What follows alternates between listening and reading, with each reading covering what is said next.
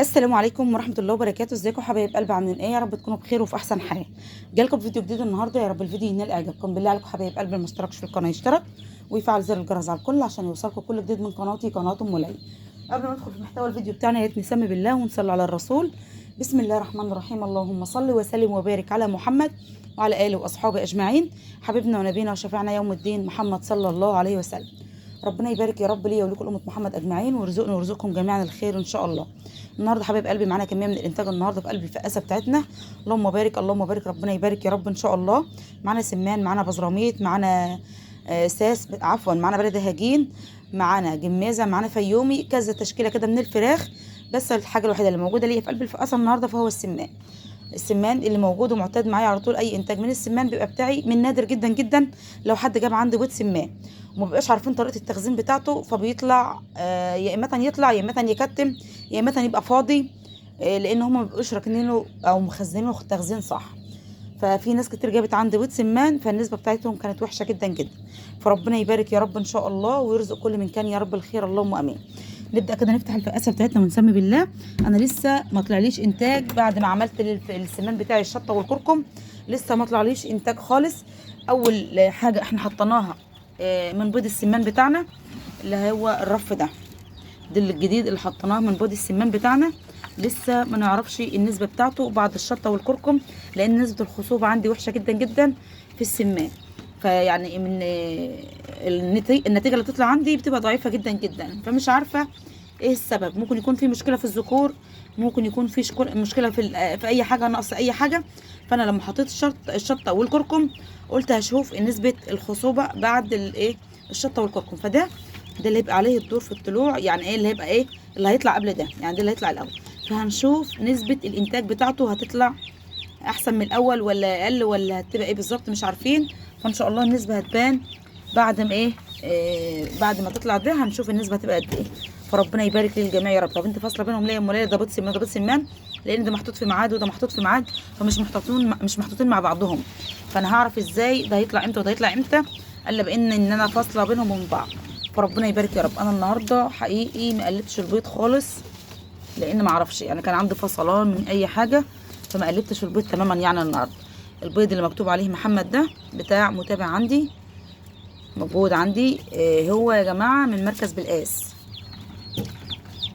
والده الله يديه الصحه يا رب كان صديق حماية الله يرحمه، فهو لقيته بيرن عليا وبيقول لي يا ام ليلى انا عندي بيض وعايزه اجيبه عندك. فانا كنت مفكراه من بعيد جدا، فقال لي لا انا من بالقاس. فقلت له تمام مفيش مشكله. فالوالد بتاعه كلمني، والده كلمني وقال لي ان انا كنت صديق حماكي. فقلت له خلاص اي حد من ريحه حماية على راسي من فوق، وما شريتوش الارض اشيله على دماغي. فلان كنت بعز حماية جدا جدا، فربنا يرحمه يا رب ويرحم والدي ويرحم الجميع. البيض اللي خارج ده البيض ده بتاع بنت اختي، الكتكوت ده خرج لزق في الورقه دي، فانا سبته. ما اعرفش بقى، يعني انا عندي فضول لان كان مصارينه كانت طالعه بره، المصران بتاعه او السرار بتاعه الحبل السري بتاعه كان طالع بره. فانا سبته قلت لعل وعسى ان هو يكون منه نتيجه ويعيش. انا معليه ان انا اسلمه لاصحابه، دي بتاع بنت اختي، فانا سبته هنا على الرف عشان ما يترسي في وسط الطيور تحت. فربنا بقى ايه يطول في عمره ان شاء الله ويبارك للجميع. اي بيض سمان بيجي عندي انا بحطه في وسط اي بيض موجود، سواء ليا مش ليا، مع بيض اهالي يعني عادي بحطه مفيش اي مشكله، المهم ان هو يخرج وخلاص. فربنا يبارك للجميع يا رب، اللهم امين، ويرزقني ويرزقكم خير الدنيا والاخره. هنقلب بس البيض تقليبه على السريع كده ونشوف مع بعض الخير والرزق اللي جالنا النهارده. بسم الله ما شاء الله، ربنا يبارك يا رب، ربنا يبارك للجميع يا رب، اللهم امين. ده البيض ده كان معاه بيض السمان اللي خارج معانا، فان شاء الله هنشوف السمان دلوقتي حالا. بس نخلص بس تقليب كده، سلك الحساس ده بيضايقنا على ما بخلص تقليب. البيض ده بيض فيومي وده برده بيض فيومي، بسم الله ما شاء الله. بس ايه هو نصين، كل جماعه لهم ايه شويه. فربنا يبارك يا رب، ربنا يبارك ويرزق الكل الخير يا رب، اللهم امين.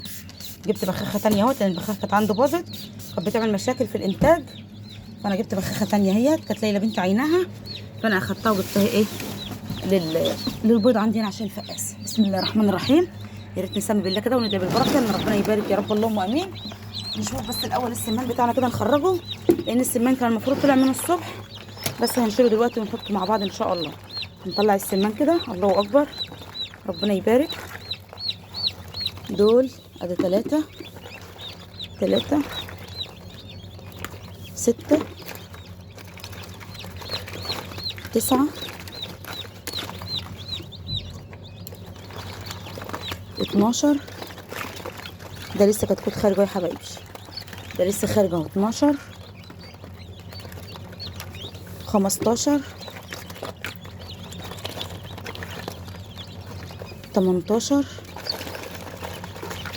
19 21 22 23. شوف الكتاكيت. تعال 24 25. طب وانت خرجت ليه لما انت متنقل على عينك كده؟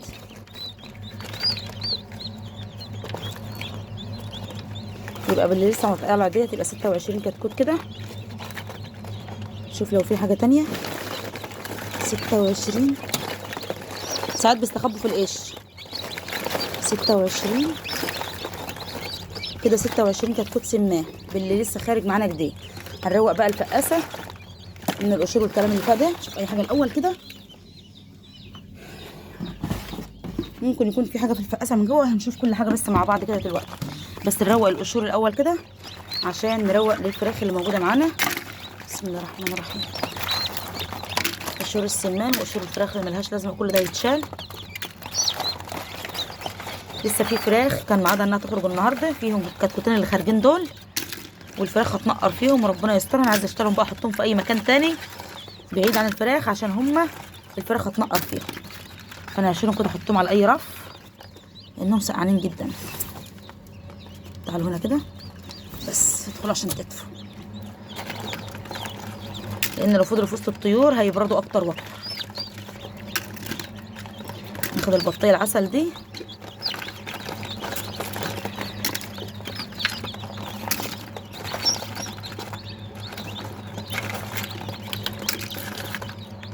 بيض البط اللي معانا ده بقى خلاص بايظ.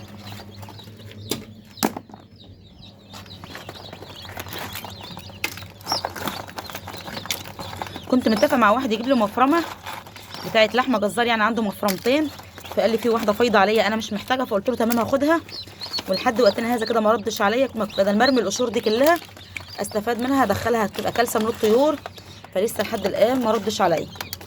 البيض ده بقى اللي هيخرج مع بعض اللي خرج منه الكتكوتين، فهو البيض ده ايه اللي عليه الدور في الخروج. هنرشه ميه بقى كده وهندخل القفص، مش هنطلع اي كتاكيت الا الصبح ان شاء الله عشان كل اللي ليه حاجه ياخدها. بس اشوف لو في فراخ جوه او سمان ولا حاجه ابقى عارفه. في كتكوت جوه اهوت، ربنا يبارك يا رب. وهنسيب بقى دول زي ما هم في القفص كده وهو تحت زي ما هو. لما نيجي نتفرج نطلع كل حاجه، فربنا يبارك يا رب. هندخل دول بقى فين يا ام ليلى؟ هندخلهم في ايه البوكسه بتاعت التحضير بتاعتنا. بس فيها بط مش عارفه اعمل ايه في البط اللي عندي ده اوديه فين. انا نظفت البوكسه دي مكان الفراخ البيضه اهي، بس للاسف ما عنديش فرشه، ما عنديش فرشه تماما ان انا احط فيها. بسم الله الرحمن الرحيم. ربنا يبارك يا رب. السمان بتاعنا اللي هنا كبر اهوت، بسم الله ما شاء الله. ربنا يبارك. السمان هنا كبر اهوت، والفراخ والبط اللي موجودين الله اكبر، ربنا يبارك للجميع. بس هندخل معاهم السمان الصغير ده. هنطلع بقى نصحن شويه علفه. دول حاليا 25 كتكوت خلاف الايه اللي فاضل في الفقاسه اهو يا حبايبي. شايفين شكلهم جميل ازاي؟ قمر قمر والله العظيم. بسم الله ما شاء الله. ربنا يبارك يا رب. بشيل النمل في ايدي يا جدعان، نمل والله. بسم الله الرحمن الرحيم. ربنا يبارك يا رب. ربنا يبارك ليا ولكم لأمة محمد اجمعين، ويرزقني انا وانتم أمة محمد اجمعين خير الدنيا والاخره يا رب. ربنا يرزقنا جميعا خير الدنيا والاخره. ده دلوقتي حالا عشان بس ما اطولش عليكم الفيديو. انا هطلع اصحن كميه من العلفه واجيب معلقه سكر ومعلقه كركم عشان السمان اللي لسه خارج معانا النهارده، وهنحط معلقه سكر في الميه عشان دي طريقه الاستقبال بتاعتنا للطيور عادي. طب يا ام ليلى، طب هم معاهم طيور كبيره ما فيش اي مشكله. السكر والكركم مفيدين جدا جدا للطيور.